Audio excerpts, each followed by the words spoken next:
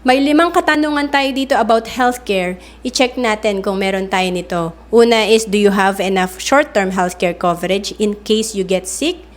Meron ba tayong healthcare na magagamit pag tayo ay nagkasakit? Pangalawa is, do you have enough long-term healthcare coverage if you live too long? Pag tayo naman ay nag-retire, umuwi na ng Pilipinas kung OFW tayo or nag-resign na, meron ba tayong magagamit na healthcare? Importante, may long-term healthcare din tayo. And of course, do your spouse and your children have enough healthcare coverage? Maaring tayo employed, maganda yung benefits natin or nasa ibang bansa, pero yung pamilya natin, meron ba silang healthcare coverage? And do you know how much healthcare you need in your lifetime?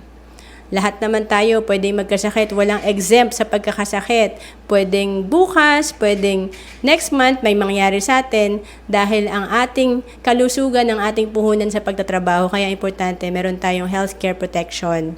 And do you want to properly protect yourself and your family with healthcare? If yes, when?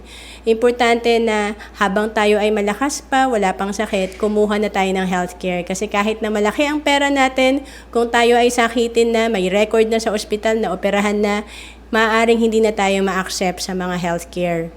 And kung naghahanap ka ng healthcare, pwede ka sa Kaiser. Ito yung long-term healthcare natin na 3-in-1 na.